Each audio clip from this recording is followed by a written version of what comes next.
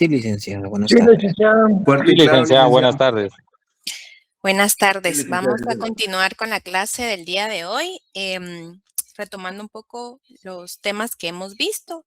En la última clase del día jueves veíamos un pequeño repaso en cuanto a la aplicación en casos hipotéticos, ¿verdad? De la identificación de los tipos de testigos que hemos estado. El día de hoy, pues vamos a retomar un poco sobre el tema de la calificación jurídica de los elementos personales del instrumento público. Si nos damos cuenta y hacemos el análisis, en las últimas clases hemos estado analizando lo que eran en sí los elementos personales, ¿verdad? Y ahí veíamos una pequeña clasificación y algunos conceptos relacionados a cómo definir, ¿verdad? Algunos, algunos puntos que vamos a utilizar o que correctamente debemos utilizar dentro de los instrumentos públicos, como por ejemplo, el tema de compareciente, el tema de otorgante, las partes y veíamos puntualmente también lo referente a los auxiliares del notario que deben figurar dentro de un instrumento público, ya sea por disposición de ley o por considerarlo, ¿verdad?, del notario de una manera que el Código de Notariado pues le da esa facultad, ¿verdad? Veíamos dentro de los auxiliares del notario como elementos personales en el instrumento público el tema de los testigos y los intérpretes, ¿verdad? Y concretamente, pues abordábamos varios aspectos importantes relacionados a los tipos de testigos y pues el ejercicio que hacíamos en la última clase. El día de hoy vamos a ver, como ya analizamos los elementos personales, vamos a verificar algunas calificaciones jurídicas que como notarios debemos realizar dentro del instrumento público para cada uno de estos elementos personales. En la clase pasada les comentaba yo que la calificación jurídica que el notario debe hacer es una obligación, ¿verdad? Y radica en verificar la capacidad de las partes que intervienen en el público, el cual va a autorizar, ¿verdad? Y en cuanto a la capacidad de las partes que intervienen en el instrumento, el notario desempeña una función legitimadora porque da fe de que los sujetos, ¿verdad? O contratantes o comparecientes son los titulares efectivamente del derecho que se va a modificar o crear dentro de un instrumento público. Entonces, vemos que esa función del notario es muy importante porque legitima, ¿verdad?, esa capacidad de las partes para poder, ¿verdad?, disponer de ciertos derechos o bien contraer ciertas obligaciones. Y en el caso de que los otorgantes actúen en nombre de otro, además, ¿verdad?, se debe calificar la representación que ejercitan, la cual debe ser conforme a la ley, pero también debe ser suficiente a juicio del notario, que nos un poco del derecho civil, y eso lo hablábamos en la última clase, los tipos de capacidades, ¿verdad? Capacidad relativa, capacidad de goce y de ejercicio. Cuando hablamos, por ejemplo, de algunos derechos relacionados a menores, sabemos que, si bien es cierto, los menores no pueden ejercer estos derechos, no se les limita, ¿verdad?, ciertos derechos dentro del mundo jurídico, sino bien estos los ejercen a través de su representante legal, que en este caso puede ser, ¿verdad?, quien ejerza la patria potestad o bien quien ejerza la tutela. Asimismo, sabemos que existe también algún otro tipo de representación, dígase, por ejemplo, en el caso de las personas jurídicas, que si bien sabemos, una persona jurídica puede actuar a través de su representante legal. Y es ahí en donde nosotros, además, ¿verdad?, de calificar la capacidad de la parte, debemos acreditar o calificar esa acreditación, esa representación que se ejercita. También el notario debe calificar el acto jurídico que se va a realizar dándole un nombre a ese acto o a ese contrato, el cual pues le solicita a las partes que se celebre y pues ustedes van a ver que en la práctica las personas pues le van a referir hechos, ¿verdad?, sobre somos nosotros los notarios, ¿verdad?, a través de nuestra capacidad de conocer el derecho que le debemos dar, ¿verdad?, esa calificación jurídica al contrato, y es ahí en donde se materializa la función directiva o asesora del notario, ¿verdad?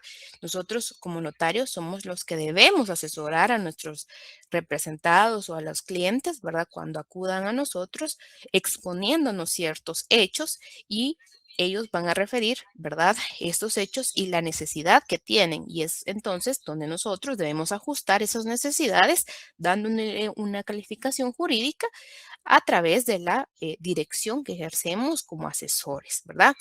Quiera decirse, por ejemplo, cuando lleguen a su oficina y le refieran, ¿verdad? Que, por ejemplo, van a decir, yo tengo una propiedad, sin embargo, esta propiedad la quiero vender, pero no la quiero vender en su totalidad, y es un bien que no está construido, es un bien que se encuentra a las afueras de la ciudad, y entonces ahí ustedes no le van a exigir, ¿verdad?, a su cliente que les indique qué tipo de contratos es, sino que bajo la idea de la exposición de los hechos que les hagan, somos nosotros que tenemos que ajustar, por ejemplo, en este caso que les digo, una compra-venta, por ejemplo, de fracción de bien inmueble rústico, por ejemplo. Es ahí donde nosotros tenemos que ejercer esa función asesora, y por eso tenemos que tener conocimiento y mucha relación. Lo veíamos al inicio de este curso, el derecho notarial tiene relación con el código, con el derecho civil, con el derecho mercantil. Específicamente materializamos el tema de las obligaciones y los contratos en particular, ¿verdad? Entonces, esa es la función calificadora que ejercemos y que debe ejercerse a través de la función notarial, y particularmente la calificación jurídica de la capacidad de las partes, y por otro lado, también la calificación jurídica que se le va a dar a el acto o contrato, ¿verdad? A través de la función asesora. Acá yo le señalo en esta diapositiva algunos puntos o unas reglas sobre circunstancias personales que debemos considerar dentro de todo instrumento público. Estas, estas reglas deben ser consideradas sí o sí, ¿verdad? En todo instrumento público, y van a ser primero los datos generales. Yo aquí les hago una numeración sobre los datos generales que deben considerarse en todo instrumento público, empezando por el nombre completo, ¿verdad?, de la persona requiriente o las partes, ¿verdad?, que comparecen en un instrumento público, la edad, el estado civil, la nacionalidad, la profesión, ocupación u oficio, es el número 5, y el número 6, el domicilio, ¿verdad? Y en la última clase yo les preguntaba, ¿verdad?, si se recordaban un poco del derecho civil cuando se denominaba domicilio. ¿A qué le denominamos domicilio? Cuando vemos estas reglas sobre circunstancias personales, el nombre, pues sabemos que se compone, ¿verdad?, por el nombre de pila y los apellidos, es decir, nombre completo. La edad, sabemos, ¿verdad?, que todos pues debemos identificarnos con los años que tenemos. El estado civil, dígase si es una persona casada, una persona soltera, según el registro que obre en el registro civil de las personas. La nacionalidad, ¿verdad? Si somos guatemaltecos o si se posee otra nacionalidad. La profesión, si es una profesión, dígase universitaria, técnica, o bien alguna ocupación o algún oficio. Y el domicilio, ¿a qué nos referimos cuando colocamos como dato general el domicilio? Esto lo preguntamos en la última clase. A ver, ¿a qué nos referimos con el domicilio?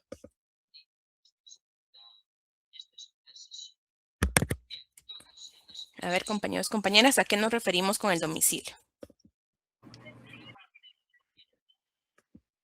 Al departamento donde se ubica la persona, donde tiene su circunscripción departamental, licenciado. Sí, Carlos. Igual Guillermo y la otra compañera, pues justamente, ¿verdad? Recordemos en civil que el domicilio se refiere a la circunscripción departamental en donde nos encontramos residiendo, ¿verdad? No es necesario identificar la dirección o la residencia como tal, sino que los datos que nos refiere, ¿verdad?, consignar en los instrumentos son la circunscripción departamental. Dígase el departamento de Guatemala, departamento de Suchitepeques, Quetzaltenango, dependiendo de dónde tengamos esa circunscripción departamental. Y además de esto, recordemos que ya lo vimos en algunos requisitos anteriormente, que la persona al momento de acudir con un notario puede ser, ¿verdad? Que el notario tenga conocimiento previo o conozca a esta persona previamente y puede dar fe, ¿verdad? De conocerla previamente o bien asegurar además el ejercicio de los derechos civiles de esta persona que conoce con anterioridad. Si no los conociere, si no puede dar fe, ¿verdad? De que los conoce, es necesario identificarlos con su documento personal de identificación o, si fuera el caso, con el pasaporte, ¿verdad? Y cuando se comparece en nombre de otro, pues es necesario tener a la vista los documentos que acrediten dicha representación y pues poder establecerlo dentro de las generales, ¿verdad? El inicio del instrumento público que se tuvo a la vista o que se ejerce dicha representación y que, además de considerar legal dicha representación, es necesario, ¿verdad? Que se acredite con el documento que se tiene a la vista y que hay que verificar si cumple con los requisitos legales, ¿verdad? Si es, por ejemplo, un caso en el que debe quedar inscrito esa representación, que efectivamente se ha hecho la inscripción correspondiente, o bien que la acreditación de esa representación conste efectivamente con las formalidades que la ley establece, ¿verdad? O que sea con el documento que la ley nos refiere para ejercer esa acreditación, ¿verdad? Dígase, por ejemplo, en los casos de los menores, acreditamos la representación como de un padre o una madre que ejerce la patria potestad a través del certificado de nacimiento que nos hace constar que efectivamente, ¿verdad?, la persona está actuando en nombre de su hijo, ¿verdad?, o hija. Entonces, estos son los requisitos. Si nos damos cuenta, por lo general, son 7 requisitos que debemos consignar en todo instrumento público como datos generales de los comparecientes, ¿verdad? Entonces, ahí muy importante que ustedes se recuerden de estos 7 requisitos, 8 si fuera el caso de una representación, pero fundamentalmente, por lo general, vamos a consignar sí o sí estos 7 requisitos. En todo instrumento público, ustedes, cuando les pregunten cuáles son los datos generales que deben consignar en la comparecencia de todo instrumento público, recuérdense: nombre completo, la edad, estado civil, nacionalidad, profesión, ocupación, oficio, domicilio, la identificación de la persona, ya sea dando fe de que se conoce con anterioridad o bien a través de un documento personal de identificación o pasaporte, o qué otro presupuesto puede haber para identificar a una persona que no consigne en este apartado que ya hemos visto. ¿De qué otra forma podemos identificar a una persona cuando no tenemos conocimiento anterior de él y no podemos dar fe de conocerlo? Y si no tiene, por ejemplo, el documento personal de identificación, ¿cómo podemos identificar a una persona que no consigne en este apartado, pero que ya hemos visto? Licenciada, perdón, a través de un testigo con representación de esa persona. Que dé fe, ¿verdad? Que efectivamente puede ser a través de testigos que den, ¿verdad? Que coadyuven efectivamente a establecer que la persona que comparece pues indica ser de los datos de identificación. ¿Y cómo se llama ese tipo de testigos? Que ya vimos. Híbridos, no. No. Híbridos. De conocimiento. De conocimiento, ¿verdad? Acá está. Yo les puse ahí para ver si sí podían recordar. Sí, de conocimiento o abono, ¿verdad? Recuérdense de esa forma. Entonces, también es otra de las formas en las que podemos identificar y que no se nos tiene que olvidar, ¿verdad?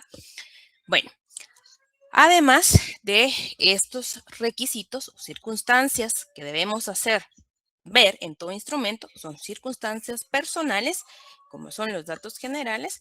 Además, debemos considerar que existen requisitos legales de forma que el notario debe establecer, y aquí vemos efectivamente que se van a materializar muchos de los principios.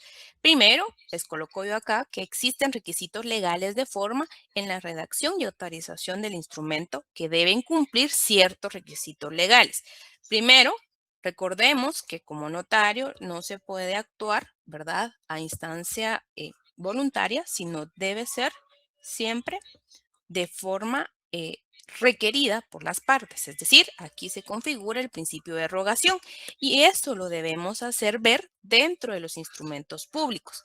Coloco yo acá en la diapositiva que es uno de los principios propios del derecho notarial, como ya vimos, que establece que la intervención del notario siempre es a solicitud de parte y no puede actuarse de oficio, siempre debe pedirse o solicitarse al profesional su intervención. Por eso vamos a ver que cuando terminemos de identificar al compareciente o los comparecientes, vamos a establecer soy requerido, ¿verdad? En algunos instrumentos ustedes van a ver que vamos a colocar soy requerido por, ¿verdad?, para establecer los siguientes puntos, actos, contratos o hechos. Entonces, hay que establecer que somos requeridos y que no actuamos, ¿verdad?, a instancia voluntaria, sino siempre a requerimiento de parte.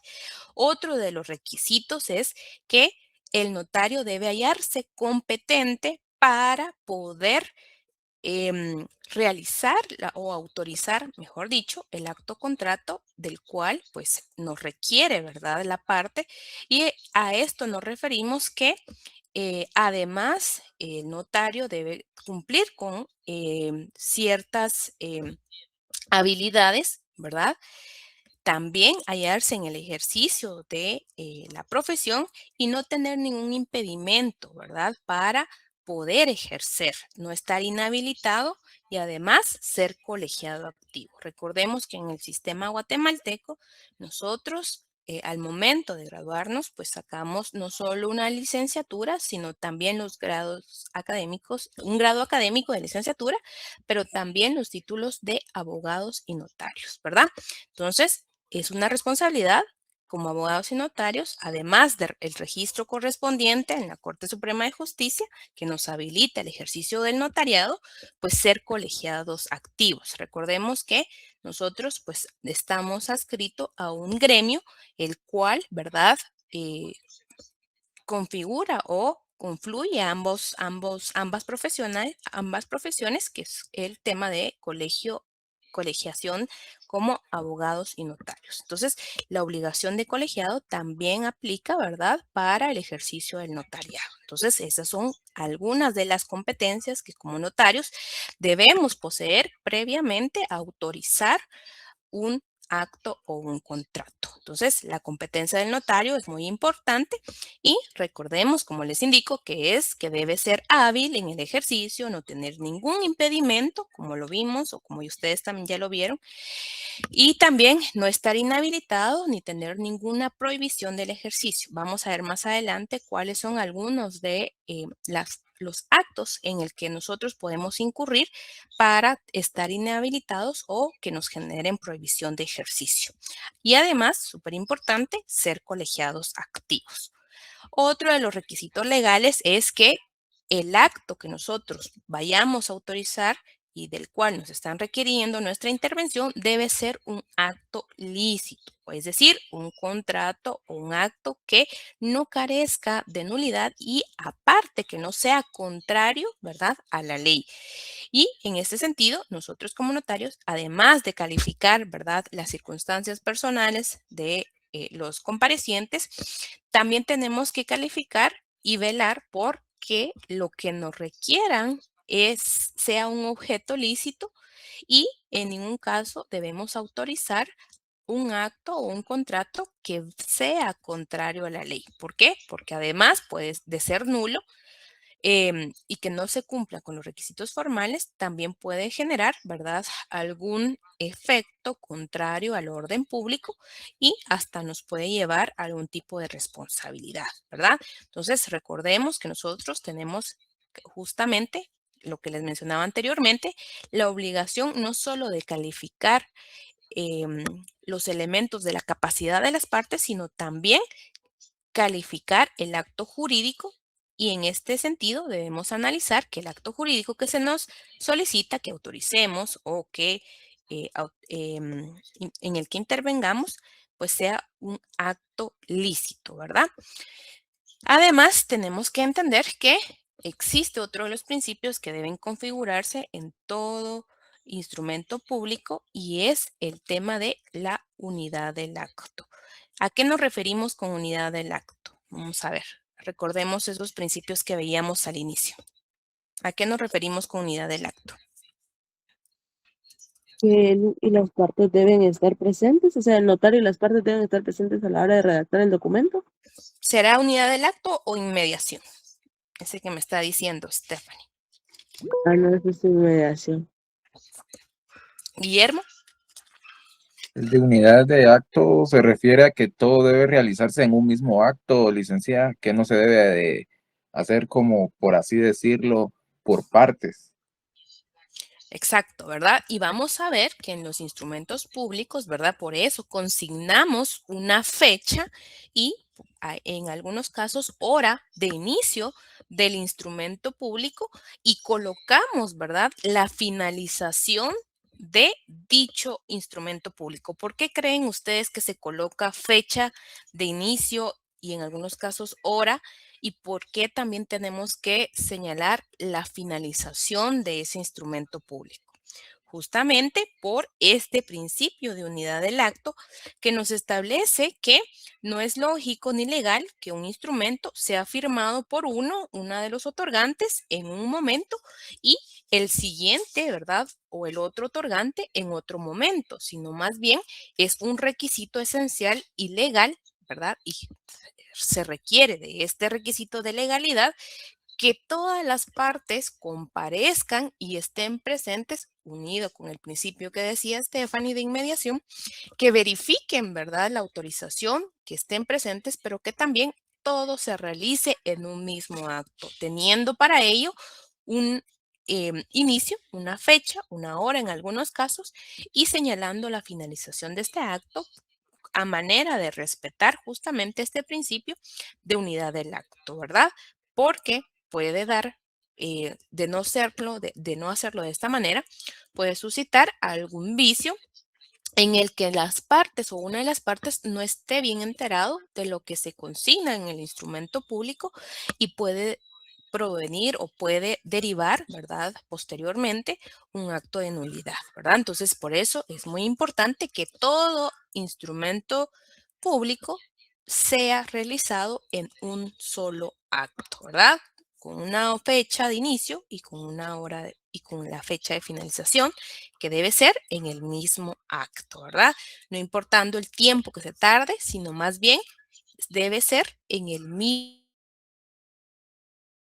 Eso es muy importante que ustedes también lo establezcan y por eso siempre, siempre vamos a ver que la mayoría de los instrumentos inician con fecha y hora en algunos casos y establece también cuándo se finaliza dicho acto o dicho contrato. Entonces, ese es otro de los elementos y requisitos legales de forma de todos los instrumentos públicos. Entonces, vemos que en los instrumentos públicos los requisitos legales son siempre debe ser a requerimiento de parte, es decir, se debe configurar el principio de rogación, debe ser competente el notario, es decir, no tiene que tener ningún impedimento, debe hallarse hábil en ejercicio del notariado y que sea colegiado activo. La licitud del acto, es decir, no podemos autorizar acto o contrato que sea contrario a la ley porque sería un acto nulo y contrario al orden público. Y la unidad del acto, que todo instrumento público debe realizarse en un mismo acto, ¿verdad? Entonces, vamos a ver que estos requisitos se van a ver materializados, aunados o sumados de las capacidades de las partes en todo instrumento público. Yo les subrayo en la ficha que el instrumento debe leerse íntegramente, ser ratificado y aceptado previa advertencia a los otorgantes de los efectos legales del mismo, así como la obligación del registro del testimonio si fuera el caso. Además de estos principios que les mencionaba como requisitos legales de forma, al finalizar todo instrumento público, nosotros como notarios tenemos la obligación de leer íntegramente a los comparecientes, a los otorgantes, el contenido del instrumento público y una vez leído, los comparecientes, los otorgantes, deben verificar o ratificar que efectivamente están de acuerdo con lo consignado o bien, si no es así, hacer las correcciones previamente a aceptarlo, ¿verdad? Y firmarlo. Posteriormente, si está de acuerdo a sus consideraciones y a lo que efectivamente desean, se ratifica el contenido del instrumento público y posteriormente se acepta, ¿verdad? Previa advertencia de efectos legales, ¿verdad? Que producen estos actos o contratos que se están otorgando.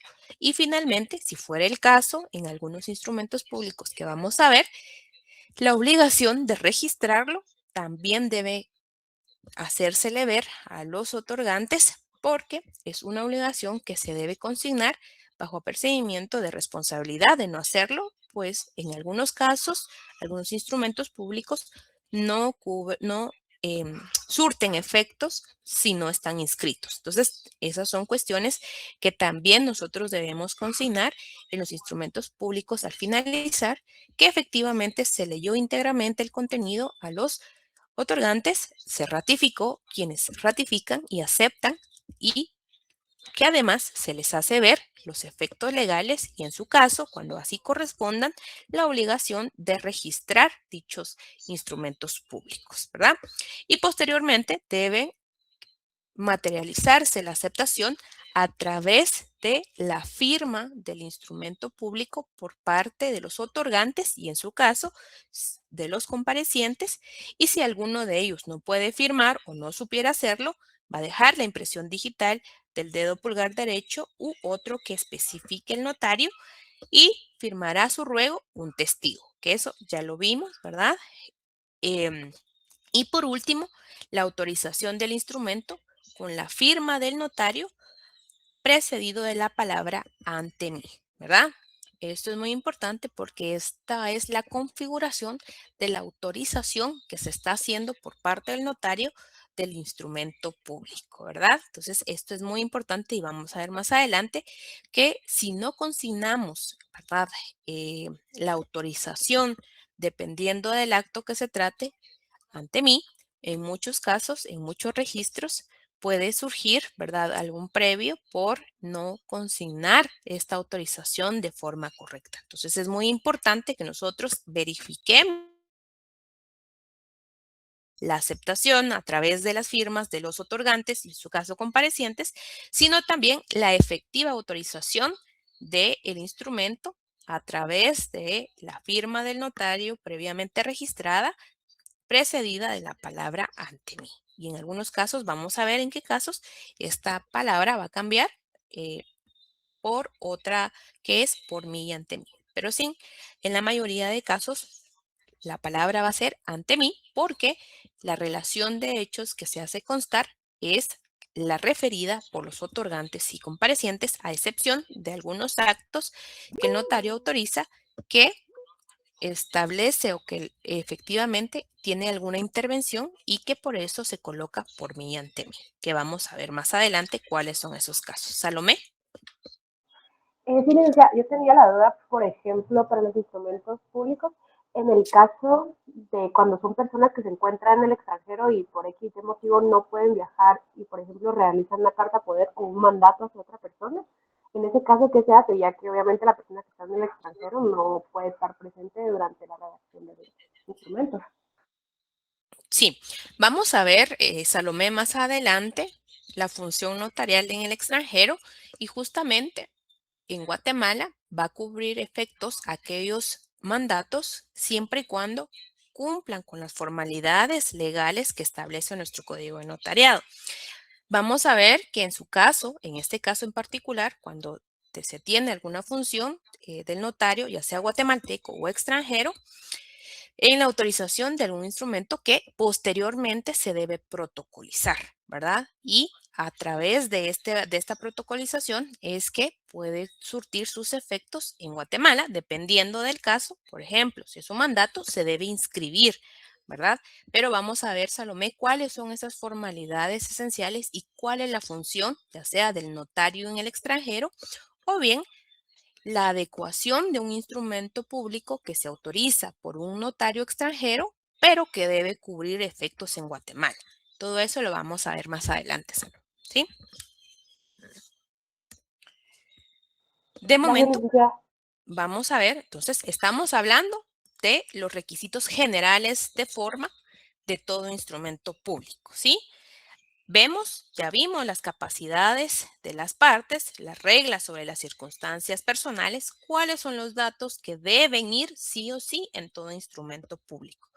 Vimos también esos requisitos legales de derogación, de competencia, de licitud del acto, de unidad del acto, también la advertencia que se debe hacer al finalizar un instrumento y previa a la ratificación, la forma de aceptación a través de la firma de los otorgantes y la autorización del notario, ¿verdad? Muy importante para todo instrumento público. Ahora vamos a ver algún tipo de responsabilidad que puede surgir de alguna de las actuaciones, ya sea de los otorgantes del instrumento público o de los comparecientes.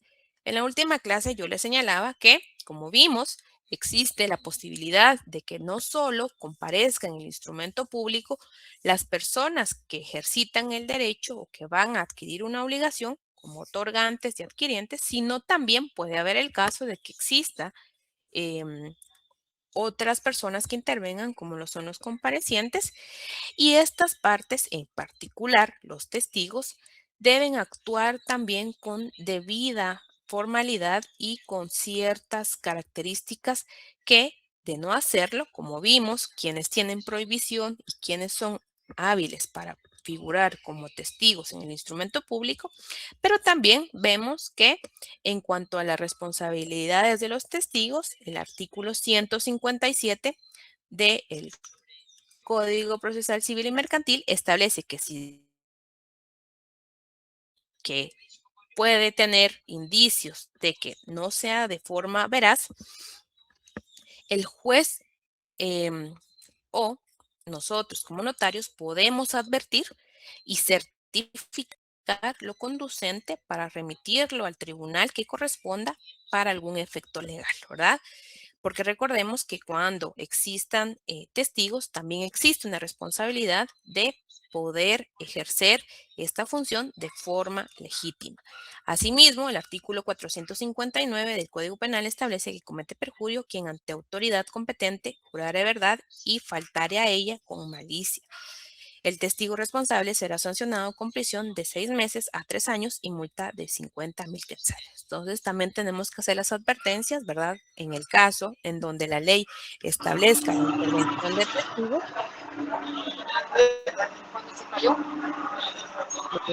No sé si tiene alguna pregunta. Melanie, tu micrófono abierto. Ya la silenciamos, yo creo que se le activó. Bueno.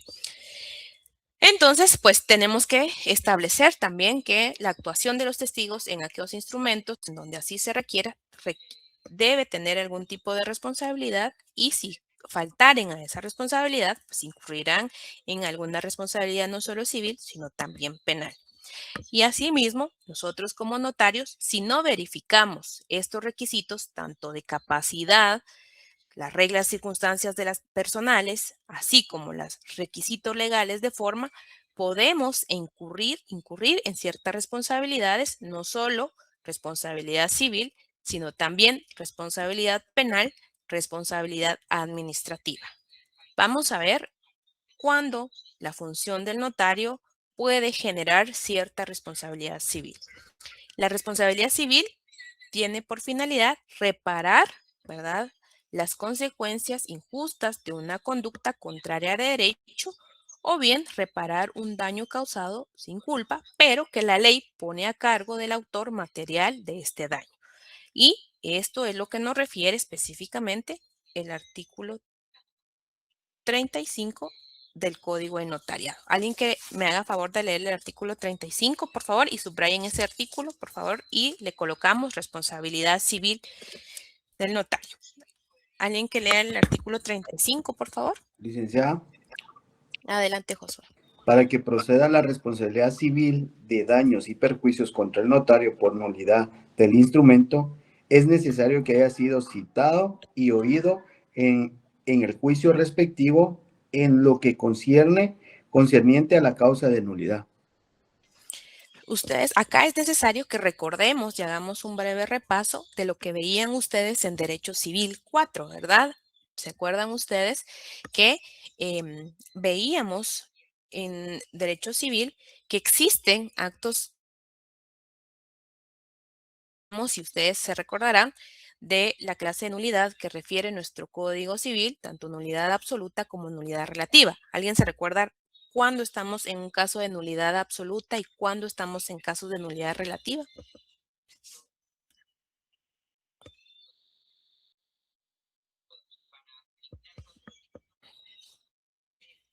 Recordemos un poquito de Derecho Civil.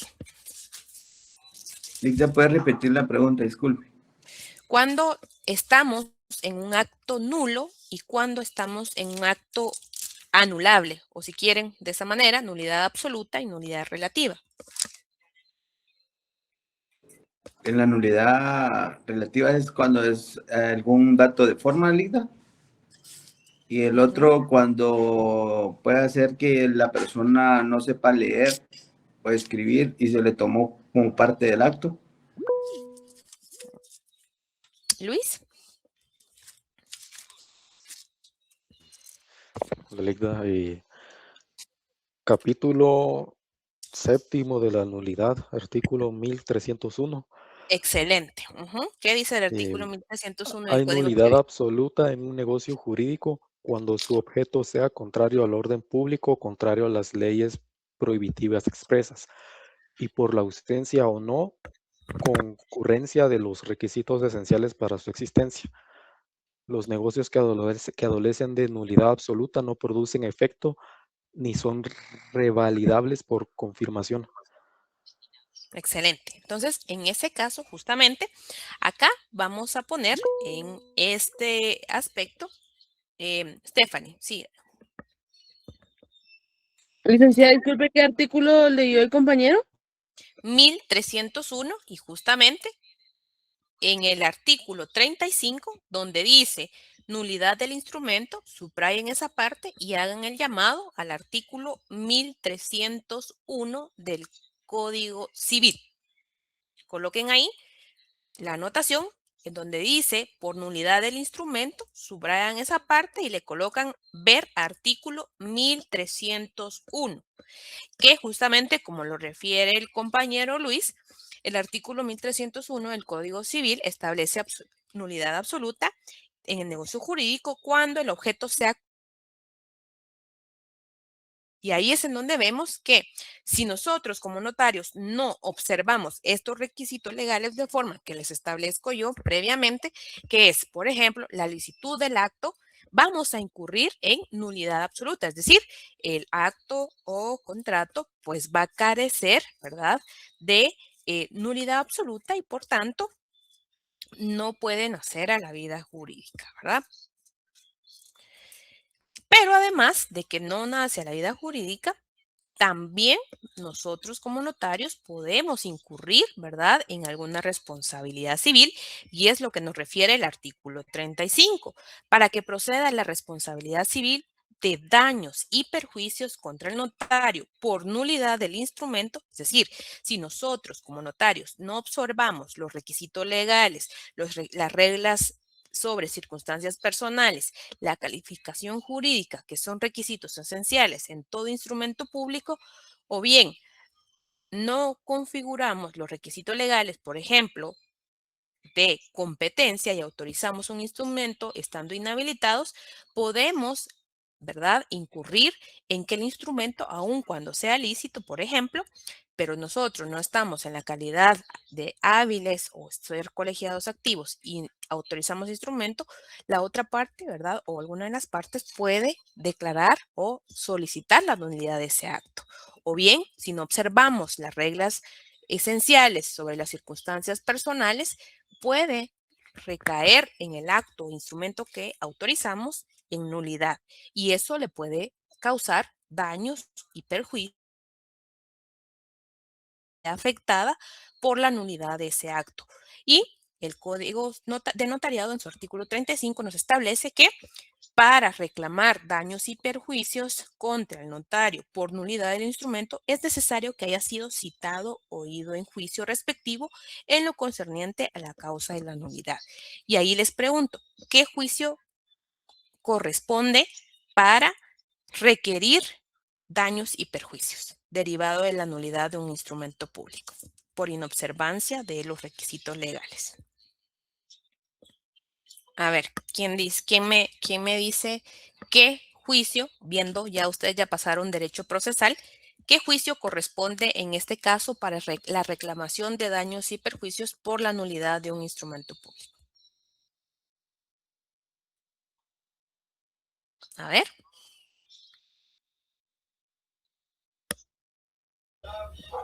No sé si sería un juicio sumario de nulidad, licenciada.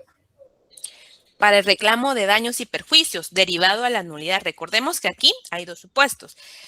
Dice, para que proceda la responsabilidad civil de daños y perjuicios, es decir, el reclamo contra el notario, porque estamos hablando de responsabilidad civil, por nulidad del instrumento público, es necesario que se haya citado y oído en juicio respectivo en lo concerniente a la causa de nulidad, ¿verdad? Una cosa es la declaratoria de nulidad, pero por otro lado es el reclamo, ¿verdad?, de daños y perjuicios derivado a la afectación de un contrato o un acto nulo.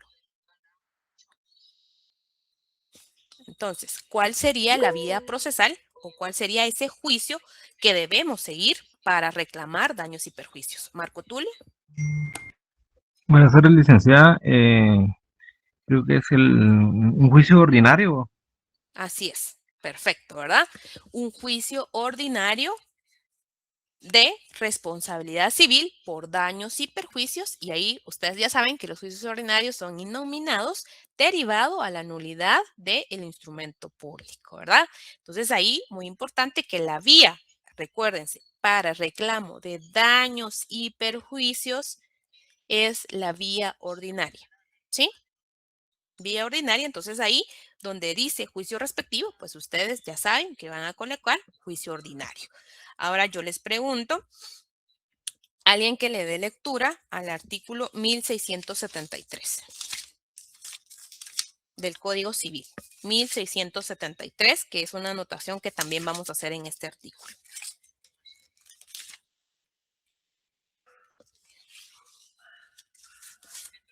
Artículo 1673 del Código Civil. Adelante, Giselle. Buenas tardes, licenciada. Artículo 1673. Ajá. Prescripción. La acción para pedir la reparación de los daños o perjuicios a que se refiere este título prescribe en 1 año contando desde el día en que el daño se causó o en el que el ofendido tuvo conocimiento del daño o perjuicio, así como quien lo produjo. Excelente, ¿verdad? Entonces, mucho ojo que aquí en el artículo 35, primero señalamos la responsabilidad civil, ¿verdad? ¿Cuál es la vía? Ordinaria. Vimos el tipo de nulidad cuando hay nulidad absoluta, nulidad relativa. Y si es el reclamo de daños y perjuicios contra el notario por responsabilidad civil, debemos accionar o el afectado debe accionar, pedir la reparación antes de la prescripción, que la prescripción es en 1 año, ¿verdad? Entonces es muy importante que hagamos uso del derecho de daños y perjuicios o la reclamación de daños y perjuicios durante el año, ¿verdad? A partir del día en que el daño se causó. Entonces, muy importante, es una forma de recordar que esto ya lo vieron en derecho civil, pero no está de más que hagamos esa anotación en el artículo 35. Marco Tulio.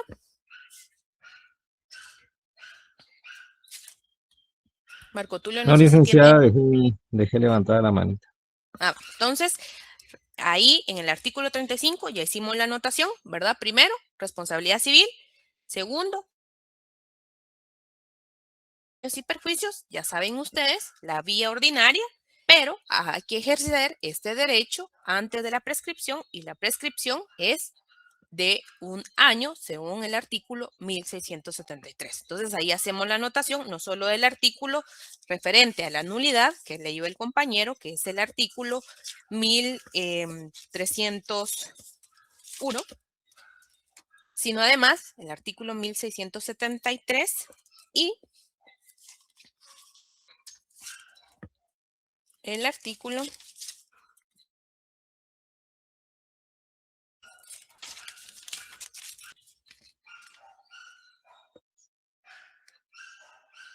1434. Alguien que lea el artículo 1434 del Código Civil, que es otro artículo que quiero que hagan la anotación ahí en el artículo 35, la referencia. Artículo 1434. Alguien que le dé lectura al artículo 1434 del Código Civil, por favor.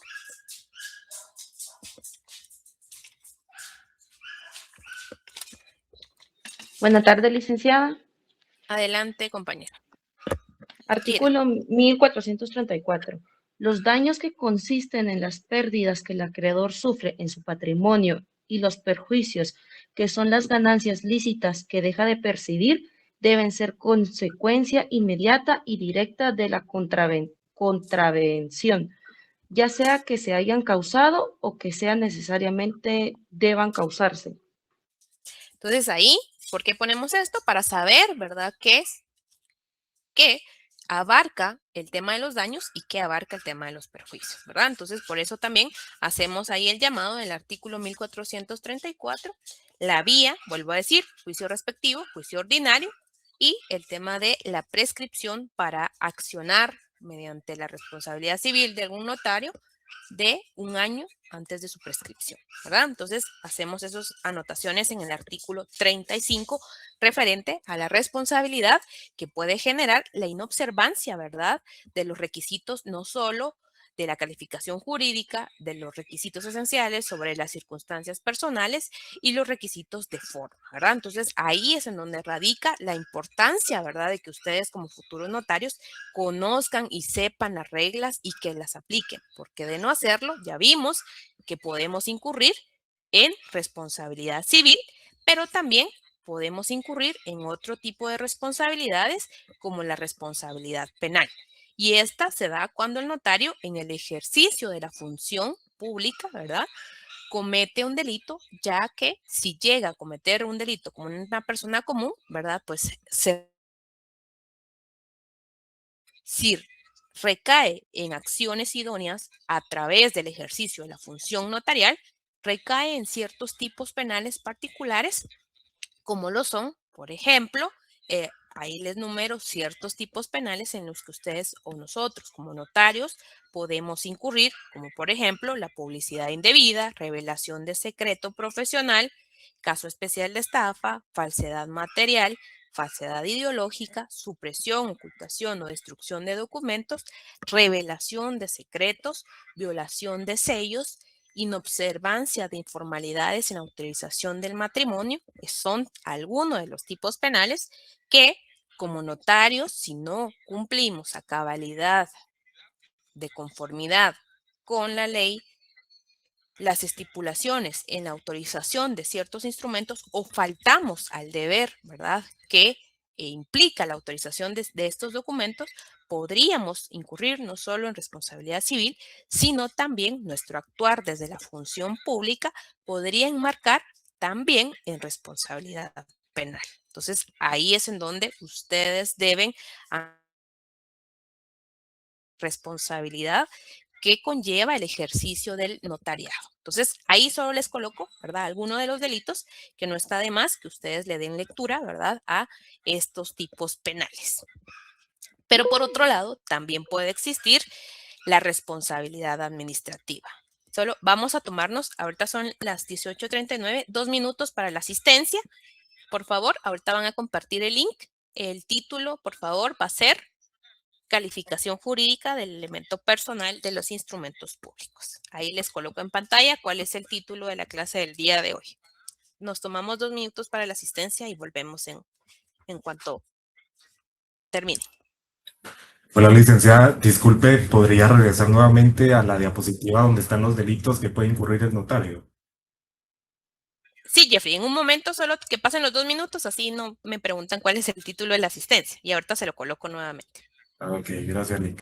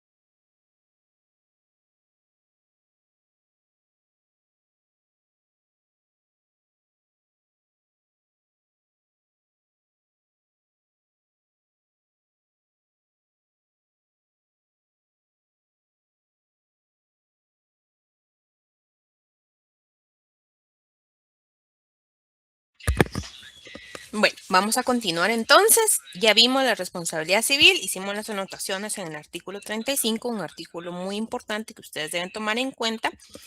Además, la responsabilidad penal, ahí Jeffrey ya le vuelvo a poner en pantalla algunos de los tipos penales en que el notario puede incurrir con ciertas responsabilidades, ¿verdad?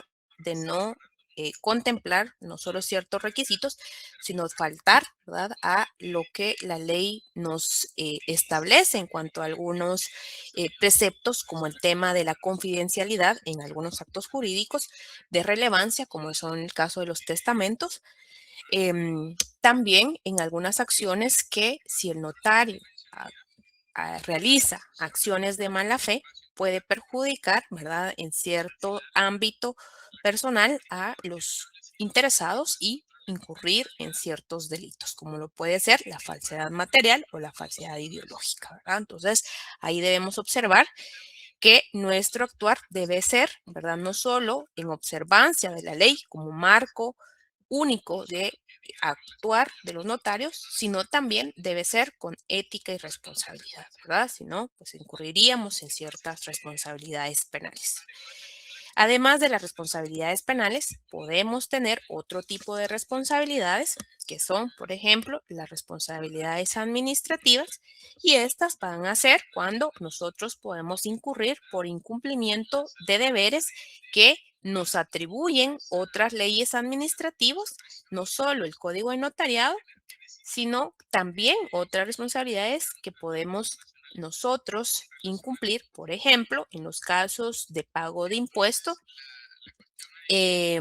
También algunas actividades que nosotros dejemos de observar, como lo son el pago de la apertura de protocolo, que si bien es cierto, no es una función netamente notarial, sí es una responsabilidad, ¿verdad? El pago del protocolo, porque si no lo hacemos, no tenemos derecho, ¿verdad?, a autorizar instrumentos. Y ahí incurriríamos en una responsabilidad, como lo refiere el artículo 11 del Código de Notariado. El artículo 11 del Código de Notariado nos establece esta obligación, que si bien, vuelvo a repetir, no es netamente notarial, sí puede ser una responsabilidad administrativa. El artículo 11 del Código Notariado, subrayen el artículo 11 y coloquemos en el artículo 11 derecho a apertura.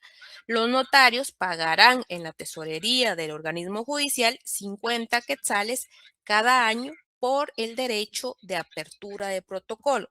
Los fondos que se recauden por este concepto se destinarán a la encuadernación de los testimonios especiales enviados por los notarios al Archivo General y a la conservación de los protocolos. Entonces ahí vemos que es una obligación, si bien no desde la función notarial, sí administrativa, el pago de la apertura de protocolo, ¿verdad? Además, también otra de las obligaciones administrativas puede ser el depósito de protocolo y redacción del índice. Y esto lo vemos en el artículo 27 del Código de Notariado, que nos establece el artículo 27. El notario que tenga que ausentarse de la República por un término mayor de un año deberá entregar su protocolo al Archivo General de Protocolos y protocolos en la capital y en los departamentos al juez de primera instancia, quien lo remitirá al referido archivo. Aquí hago paréntesis. Esto es en el caso de los departamentos en donde no hayan de protocolos, que en la mayoría actualmente pues ya hay sedes en los departamentos, por lo tanto la entrega del protocolo para resguardo cuando se sale del país por más de un año va a ser en estas sedes, y en los casos en donde no exista sede del Archivo General de Protocolos pues se va a hacer en el juez de primera instancia.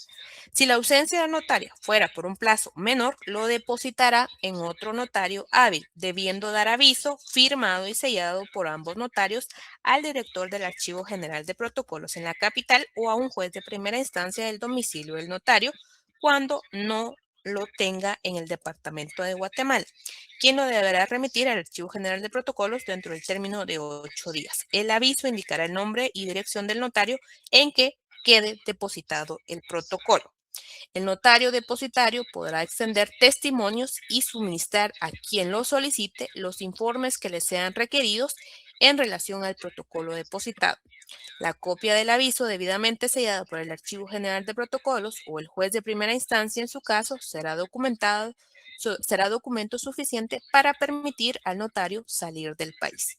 La Dirección General de Migración tendrá una nómina de notarios en ejercicio que le proporciona y mantendrá al día el director del Archivo General de Protocolos para el control correspondientes.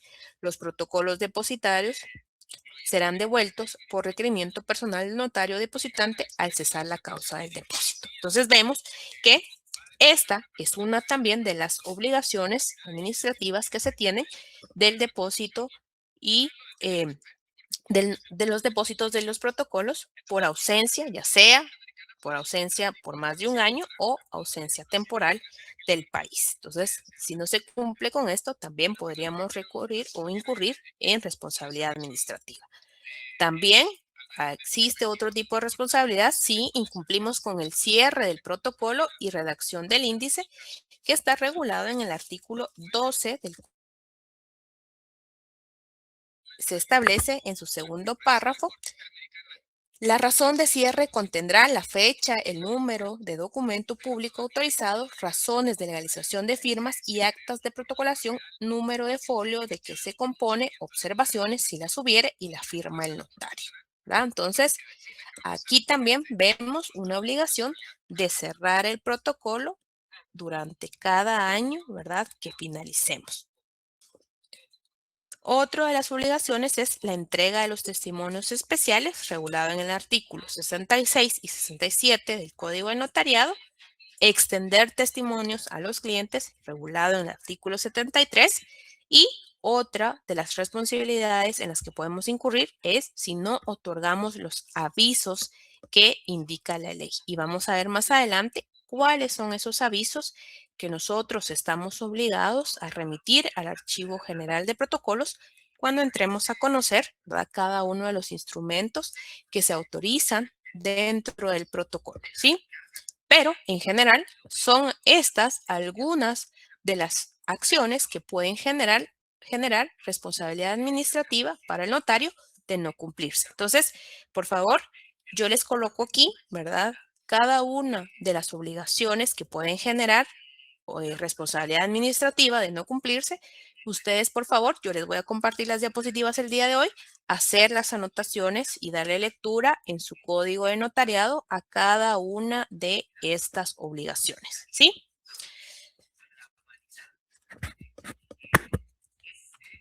Y vamos a terminar con la responsabilidad.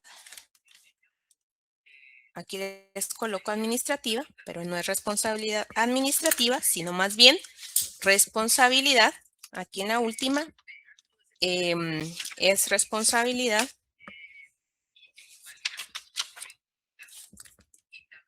existe otro tipo de responsabilidad ética, ¿verdad? Aquí no les puse administrativa, pero era ética, en la inobservancia de las funciones del notario. Y la responsabilidad ética es aquella que tiene por objeto reprimir una falta a los deberes de la profesión reglamentada.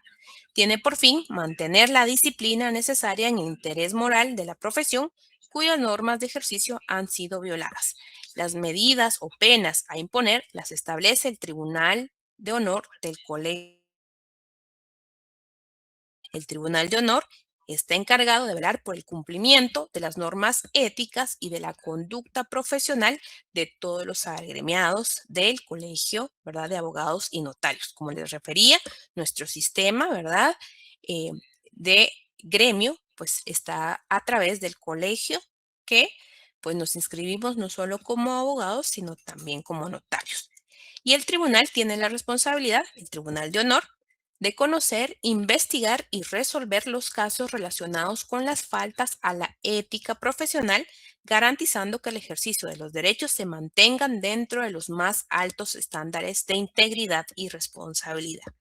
Entonces, vemos que también puede existir una responsabilidad ética si no actuamos con la debida diligencia, integridad y responsabilidad. Y esta puede ser, ¿verdad?, reprochada por las personas que se vean afectadas y pueden poner sus respectivas quejas ante el Tribunal de Honor. Entonces, también muy importante que veamos cuáles pueden ser estas responsabilidades éticas y se me olvidaba comentarles y vamos a ver más adelante que las responsabilidades administrativas tienen muchas veces como pena o sanción no solo multa, sino también en ocasiones la inhabilitación de los notarios. De no cumplir con estas responsabilidades administrativas, muchas veces podemos ser sancionados no solo con multas, sino también con la inhabilitación del ejercicio del notariado. Entonces, muy importante, ¿verdad?, observar cada una de estas obligaciones porque debemos cumplirlas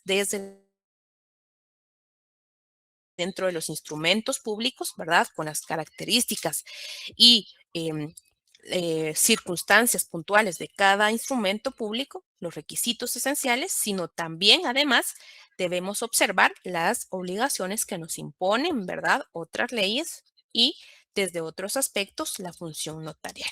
Bueno, entonces hasta aquí vemos la responsabilidad de los notarios. Por favor, hagan las anotaciones que les indiqué del código de notariado y vamos a ver en la próxima clase ya el tema del protocolo notarial. ¿Qué es el protocolo? Desde ya les voy a compartir estas diapositivas para que vayan avanzando en la lectura y nos vemos el día jueves con dudas o comentarios. Ligda, con una consulta referente a los exámenes, porque ya publicaron eso, los exámenes. Es el 28 de nuestro examen, Josué. Ajá. Ok. ¿No hay interrupciones en el tiempo de exámenes? Nosotros terminamos el día jueves, por eso les decía, el día jueves vamos a ver el tema del protocolo y les indico entonces hasta qué punto entra nuestra licenciada, perdone, ¿y qué fecha dijo que era el examen? Nosotros nos evaluamos el 28 de agosto. 28 de agosto, gracias. Licenciada, Bueno, disculpe una consulta. Sí, Cari. Mira. El jueves pasado no tuvimos clase. Es que me conecté, pero no vi que no hubo clase. Bien, tuvimos clase, Kira. En este mismo link. No, se publican los links cada tarde, se les manda por Classroom y por WhatsApp. Ok, gracias. Bueno, siempre estar atentos a los links, ¿oyeron? Bueno, hasta aquí el día de hoy. Feliz noche y que tengan éxitos en su próxima clase. Gracias, licenciada. Feliz noche.